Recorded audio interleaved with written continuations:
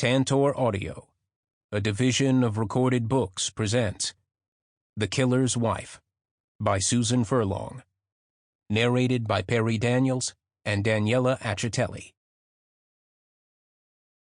The worst prison would be a closed heart. St. John Paul II. Strange Murders, The Hatchet Killer. Transcript of the original episode 4 years ago. Host Wesley Steele. Tonight's episode brings you the story of the unsolved murders of 3 young women, their bodies brutally dismembered, and their suspected killer, Lucas Yates, missing. We have reconstructed the events of this story in precise detail, in hopes that someone, somewhere, knows the truth. Whenever possible, the actual community members and police officials involved in this case have participated in recreating these events. Join me for this episode of Strange Murders. The key to this crime could be in your hands. Prologue. He stands with his back against the old hickory, staring at her window, lit up like a gleaming spotlight on the dark stage of night. Her face is lifted to the stars, away from the murky shadows of tree-filled hills, away from him. Every nerve in his body is stretched like a taut wire as he watches her. Is it good, Kerry, to finally see the world outside of gray prison walls? 4 years is a long time. Too long. Women harden in prison, there is no avoiding it. Her body is no longer round and soft, but a series of sharp lines and stringy muscles. Her hair a mop of black razored edges, like an anime drawing. Maybe someone should erase her and start again. She steps back into the room and he's left alone in the dark. Nothing but the clicking of tree frogs and buzzing of mosquitoes. Come back, he longs to call out. He sighs and pulls out a piece of crinkled newsletter from the Hatchet Club that he'd found discarded. In the dark he can't make out the words. Not that he needs to. He's read it several times. But with Kerry back now, in her grandfather's cabin only a few yards from him, he can't resist reading it again. His pulse quickens as he pulls out his penlight and flicks it over the words. Reliable sources confirm that the killer's wife, Kerry Grey, is returning to Joy to serve 2 years of parole, leaving members to wonder if her presence will draw Lucas from the depths of the Kootenai. Or does she already know where he's hiding? He shakes his head. Kerry. The wife of an accused serial killer. Your story aired on Strange Murders to millions of viewers. How messed up is that? And poor Joey. What must it be like to be the young son of the Hatchet Killer? He crumples the sheet in his hand and catches a movement at the window. She's now pressed against the glass, looking his way. His breath catches, as if she can see him, as if she might come to him, tell him. Suddenly she snatches the curtain and pulls it tight. He kills the penlight and steps back into the trees. Part 1. The Return. Strange Murders, The Hatchet Killer. Transcript of the original episode 4 years ago. Host Wesley Steele. Joy, Montana. A sleepy mountain town with scenic views, quaint shops, and lively bars, seemed like the perfect place to either take a break and cut loose before college classes started, or to celebrate after the rigors of college. During the summer of 2014, 3 women, unknown to each other, 2 who were recent high school graduates and another who had just finished her nursing degree, came to Joy to do just that. Samantha Brody, Emily Lynn, and Abby Marshall traveled here from different parts of the country to hike the trails, swim in the glacier-fed lakes, and take part in the local party scene. But each mysteriously disappeared, and unfortunately, what should have been a normal rite of passage became a bloodbath of terror for these 3 innocent young women. 1. Adam Nash. It's Monday morning, and still dark outside when I slip from bed and creep away from my sleeping wife to hide in the attic and watch, for the umpteenth time, my favorite episode of Strange Murders.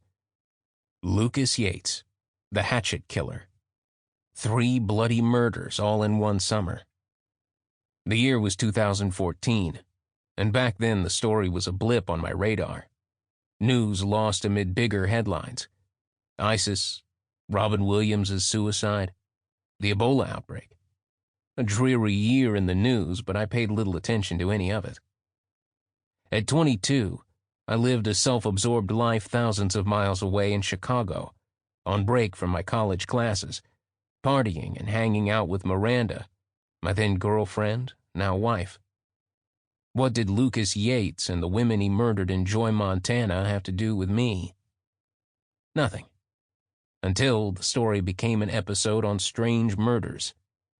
A remnant of my childhood, when I was weaned on episodes of true crime television, seated on the sofa next to Mother, while Ash dwindled on cigarette after cigarette, her eyeballs bulging and lower lip gnawed raw as she ferreted clues from the show, and then squawked, "Adam, get me that phone and punch in 1-800-CRIME-TV.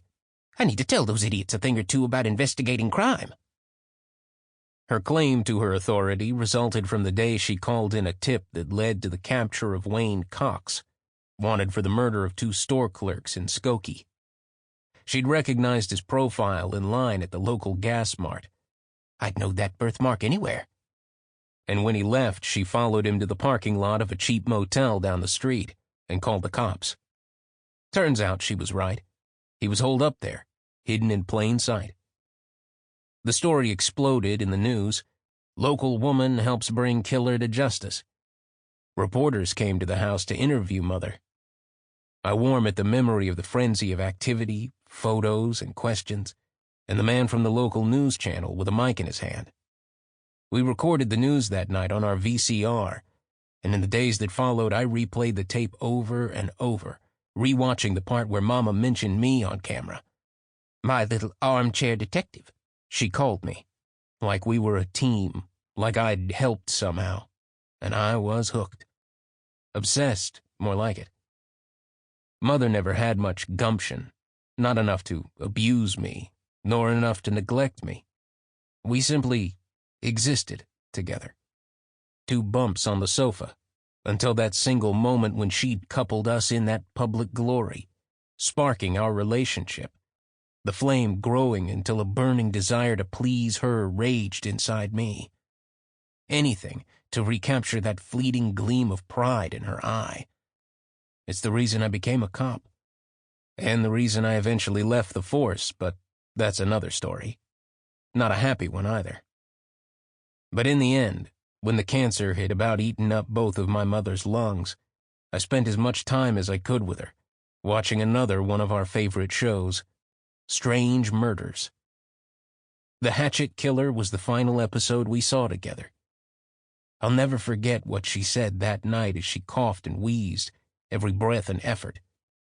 "Oh, Adam, what I wouldn't give for us to be the ones to find that damn killer." She died the next day. Since then, I've spent my free time collecting information on the case.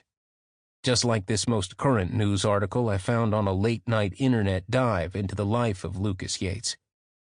A tabloid piece about his wife, Kerry, written to generate clicks as it ruins lives. Trash reporting, and I feel slimy reading it, let alone printing it so I can reread it later. But finding Lucas Yates was Mama's dying wish, and now it's part of my new job. Weird News Online, your source for strange stories. Wife of notorious serial killer left holding the bag.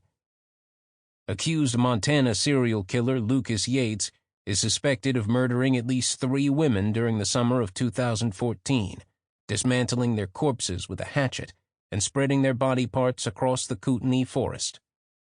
But before he was dubbed the Hatchet Killer, he was thought to be just a normal, hard-working husband and father, married to Kerry Yates, a young waitress in Joy, Montana. Although Kerry claimed she had no idea of her husband's penchant for murder, the severed finger of his 3rd victim was found inside a shopping bag in the back seat of her vehicle. With Lucas long gone, Mrs. Yates was left holding the bag with this damning evidence, yet she still maintained her ignorance and her husband's innocence. The court of law, however, sentenced her to 6 years for felony accessory after the fact. In a cruel twist of fate, Mrs. Yates is currently serving prison time, while her notorious husband has disappeared. He sure gave his wife the finger, in more ways than one. 6 years in Montana's women's prison, MWP. 4 years served, and now for 2 years she'll be on parole. And I'm to be her parole officer. I fold the paper, cram it into my pocket, and feel a pulse of anticipation. The thought of meeting Kerry gives me a rush like I haven't felt for years.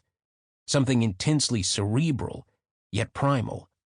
I can't wait to get inside her head, pick apart her brain, see what makes her tick. How could you not know your husband was a monster, Kerry? Did you watch as he hacked away at their bodies? Did you help? Strange Murders. The Hatchet Killer. Transcript of the original episode 4 years ago. Interview with Kerry Grey's former classmate. Kerry was always different, even back in grade school. I remember one time she came to school with a brown paper bag, and inside it was a skull of some sort of animal. She was proud of killing it with her own hands, said she'd shot it with a rifle or shotgun or something. She was big into hunting and fishing, all that stuff. I think they lived in the mountains somewhere. Preppers, maybe. You know the type? She didn't fit in with the other kids at school, but I don't think she cared. She was a loner.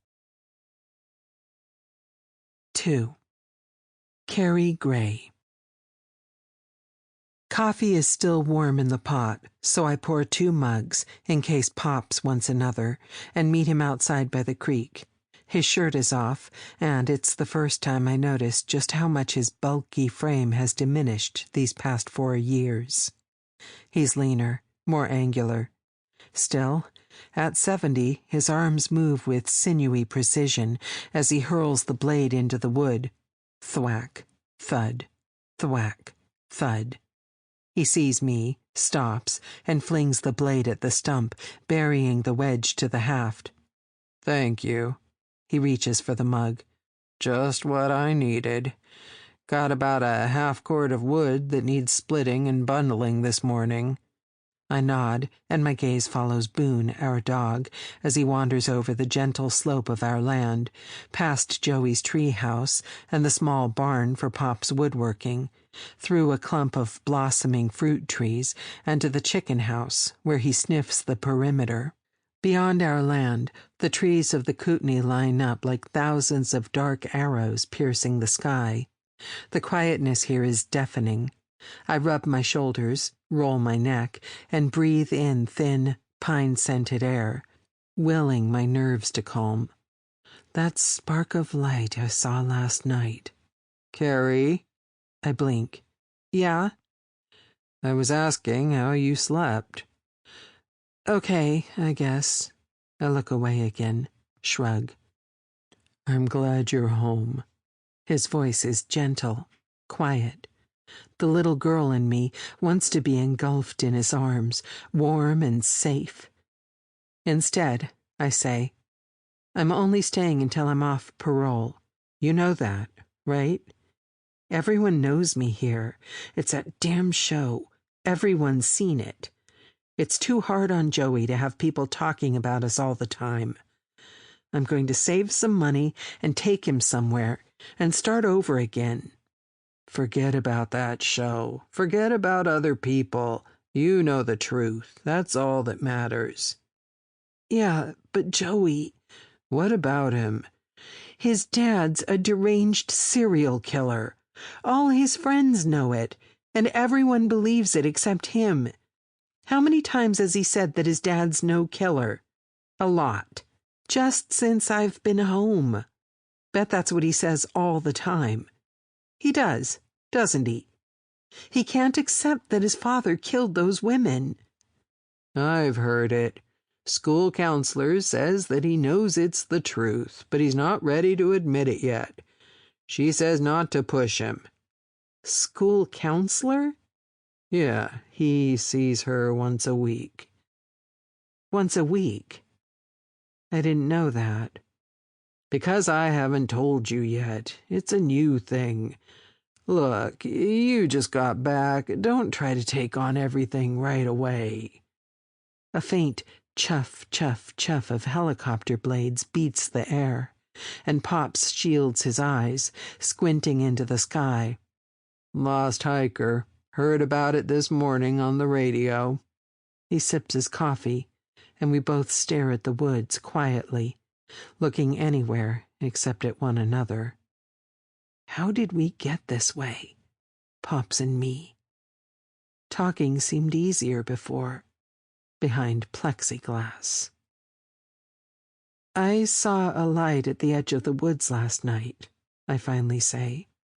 Light? He turns to me.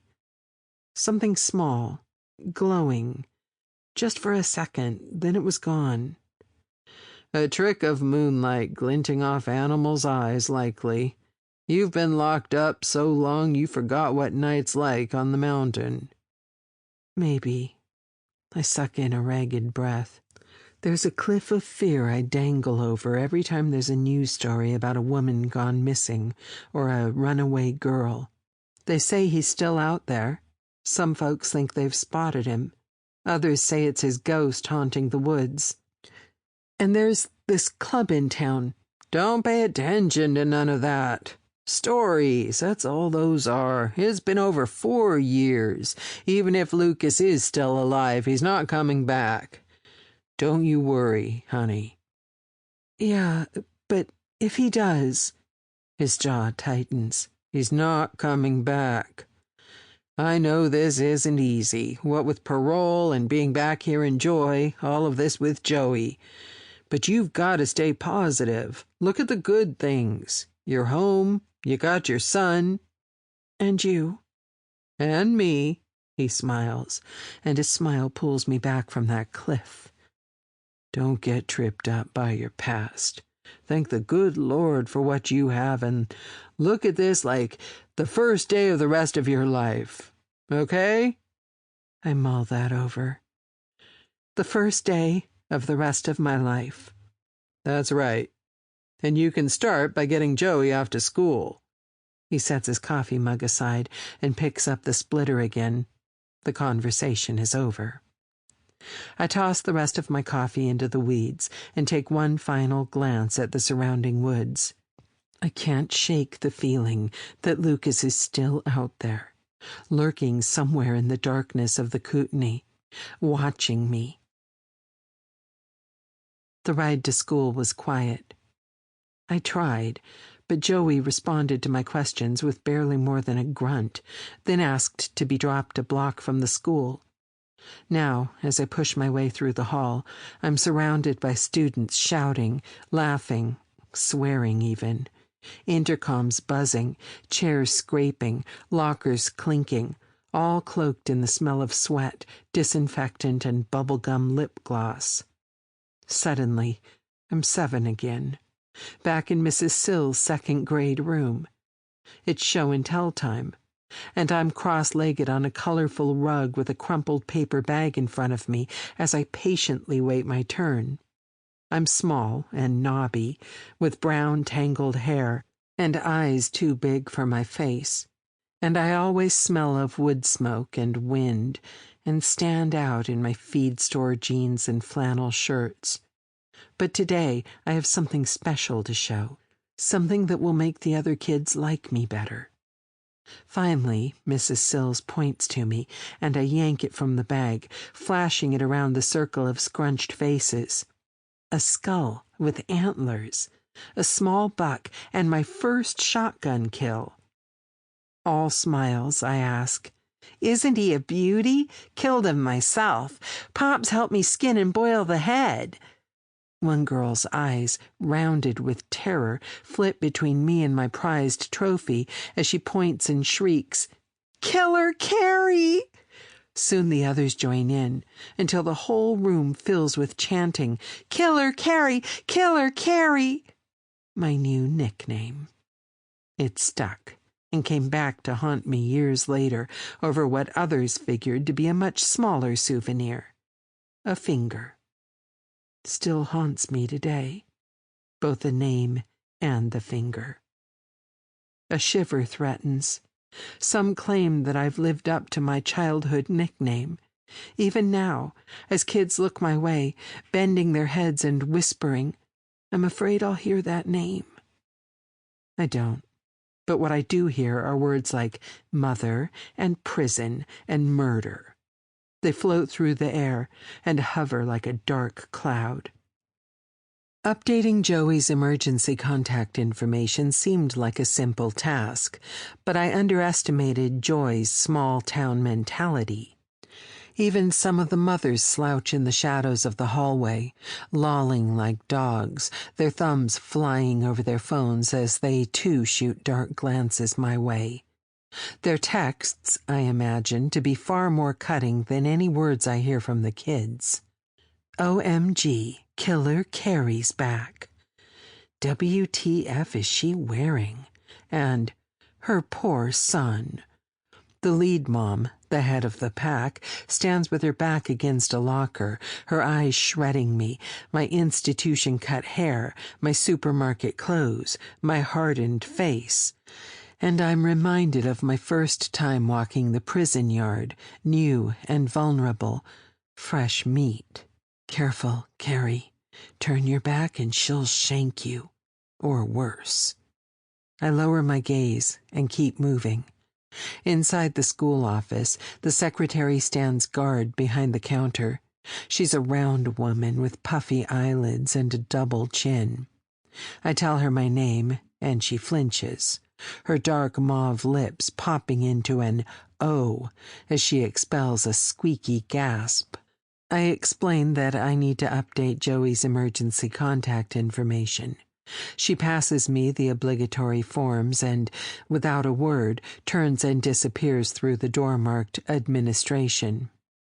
I finish the forms as the secretary emerges with a middle-aged woman dressed in a navy blue pantsuit. Mrs. Yates, the woman says. I'm Principal Dietrich. Thank you for coming in. There are a few things we should discuss. With wet lips and shiny teeth, she explains school policy regarding parents with conviction records, more specifically, felons convicted of violent crimes, and how I will not be allowed to volunteer in the school. No field trips, no classroom parties. She goes on as I peek at the watch dangling from the chain around her neck. 8:45. I'm going to be late for my parole meeting with... Do you have any questions regarding this policy, Mrs. Yates? I look up. Her eyes glower with hate or fear. I'm not sure which. What does she see when she looks at me? A crazed killer? I hand over the forms and leave without a word. If there had been any doubts, they are gone now. There will be no second chances for me in this town. No matter. I only need to hold out 24 months. Then I'll be done with parole and completely free to take Joey and leave this town behind forever. I only have one unknown now. A fear that could dredge up my past and threaten my freedom again. Lucas. Strange Murders. The Hatchet Killer. Transcript of the original episode 4 years ago. Interview with Jack Foley, Lewis County Sheriff. The call came into dispatch at around 7:30 a.m. Early morning hikers discovered a severed leg, positioned against trail marker 433, leading to Klingback Mountain in western Lewis County. We contacted Forest Service personnel and met the caller at the trailhead. The leg was fully clothed and booted, severed at the hip. When I saw the way the victim's leg was staged, propped up like a mannequin leg, I knew we were looking at something more than a bear or mountain lion attack. Later, the medical examiner identified the victim as Samantha Brody. The medical examiner's report showed her leg had been dismembered with a hatchet. I sent search and rescue units into the area, and by noon the next day we had recovered 5 more body parts. The killer was using my forest as his damn chopping block. Then came the kicker. The recovered parts didn't just belong to Miss Brodie, but to 3 different women. We were looking at something evil. A human butcher. 3. Adam Nash. I wait with my newly purchased cowboy boots firmly planted in the middle of a 5x5 worn patch of linoleum inside the door of the town's Justice Center, a 2-story brick building at the end of Main Street. I was supposed to meet the sheriff in the entryway, but he's late getting here. Or maybe I got the time wrong. I turn, bend down, and peer through the window by the door, my eyeballs shifting back and forth, surveying Joy's short and somewhat dusty main drag. A row of squatty brick buildings with various colored wood fronts. A cafe where Kerry used to work. A weedy green space with a red caboose. And at the very end of the street, the Gold Bar, the last place Lucas Yates was seen before he disappeared. I've stepped right into the Hatchet Killer episode, and Mama's voice booms in the back of my brain. Get that damn killer, boy. I shake my head to keep my mother's voice away and shuffle toward the community bulletin board, immersing myself in the posted announcements. Garage sales, the annual Tobacco Valley Arts Festival. Miranda might like that. A 4th of July rodeo, and a notice for the weekly meeting of the Hatchet Club, dedicated to finding and bringing Lucas Yates to justice. The door swings open, and a man steps inside sporting Wranglers, a khaki sheriff shirt, and gator boots with gold-tipped toes. We'd never met. I'd interviewed over the phone, but before me stood Sheriff Jack Foley, dressed nearly as he had been in The Hatchet Killer. The thrill of a full immersion swallows me, as if I've been dropped directly into the Strange Murders episode from 4 years ago. He holds out his hand and smiles, narrow eyes folding into the creases of his weathered face. Adam? I extend my hand. Sheriff Foley, good to meet you in person. He's thinner than he looked on the show. I suck in my gut as if the camera lens is on me now as well. I'm late, he says. Sorry, but we've got a hiker went missing on the PNT yesterday. Search and rescue's been working through the night. Only got a few winks myself. I'm about to ask what PNT is, but he goes on. Glad you're here. The last PO left a full caseload. Couldn't get any applicants for a while, so a bit of a backlog, too. Joy isn't exactly a town most want to apply to. And then there's the other thing we discussed. He glances quickly at me, as if waiting for me to admit I've made a mistake. I smile back. He continues. Anyway, we've shuffled some of the offenders down to Libby, but now that you're here, we can get things back to normal. His gaze shifts to the bulletin board. He curses and rips down the Hatchet Club flyer. Come on, I'll show you around. On the way up, he explains how the building was originally built in 1898 as a hotel, then served as a school for the deaf and blind. After that, he says, it sat empty for years until the village voted to revamp it as a community building. What do you think of the area so far? God's country, ain't it? You been down to the Gold Bar yet? Best damn steaks in town. He looks over his shoulder. Not a vegetarian, are you? No. Good. Fish? Yeah, I like fish. No, do you fish? Haven't had much of a chance, but that's too bad. Well, here we are. He points to a door with an open transom and Sheriff etched in gold letters on its frosted window. We're a satellite office, Foley explains, motioning for me to enter first. So we're fairly small, just a dispatcher and 2 officers. Oh, hey, Amber. A thin woman, dressed in jeans and a tank top, sits in front of a large monitor behind the counter, silver and turquoise rings clicking as she types. She looks up, removes her headset, and stands. Hey, Sheriff.